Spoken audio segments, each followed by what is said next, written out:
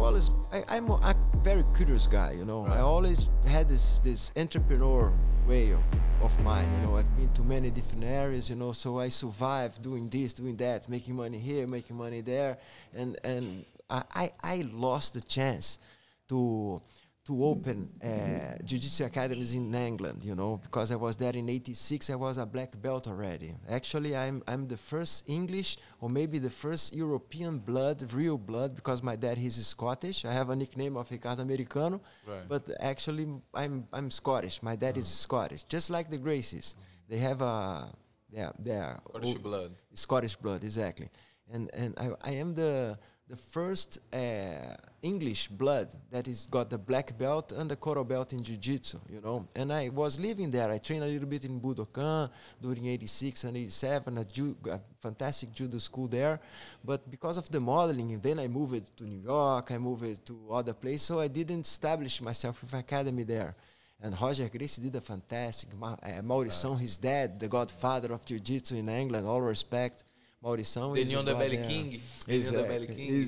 Mauricio Gomes. Yeah, fantastic family. I love those guys. They are. And Master Ricardo, how was the sensation to be a coral belt? To have just a few coral belts in the world, and you one of these guys? Like, how was that? You was when you got your black belt, when you first got black belt, you used to imagine that one day you could be maybe a coral belt or something like that? No, I never had this ambition. I always loved jiu-jitsu because of the power that jiu-jitsu can give to you, you know,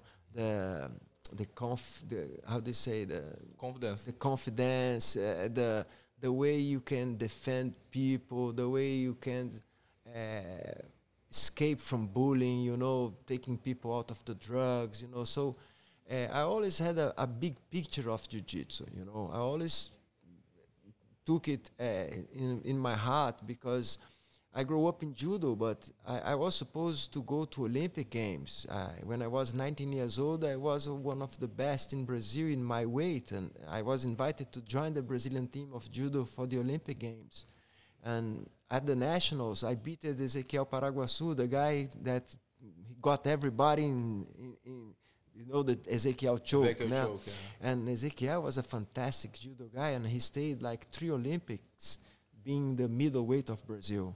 So I had the potential to go to Olympic game. But I those years, not even Aurelio Miguel had the gold medal, you know. So judo was really tough those years, even jiu-jitsu, you know, during the 80s. And Master, you have a very curious history about the day that you got to black belt.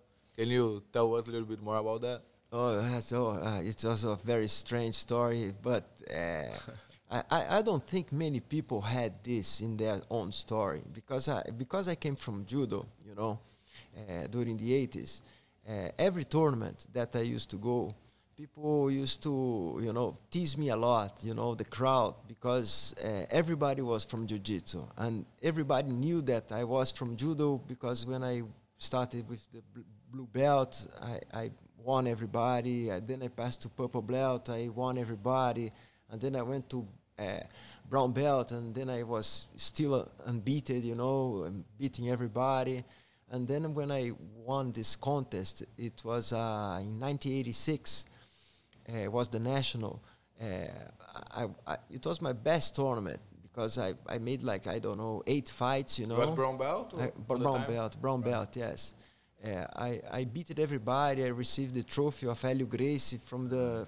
This is an honor, né, to have a trophy, and the name is Herriot GRACIE trophy. That was the most efficient and athlete on the brown belt.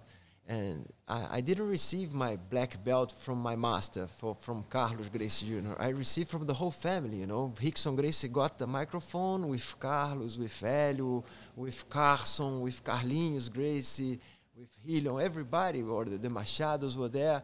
They pick up the phone, the microphone, and say, okay, now we promote to black belt Ricardo Herriot Americano. From nowhere. I was not expecting that, you know.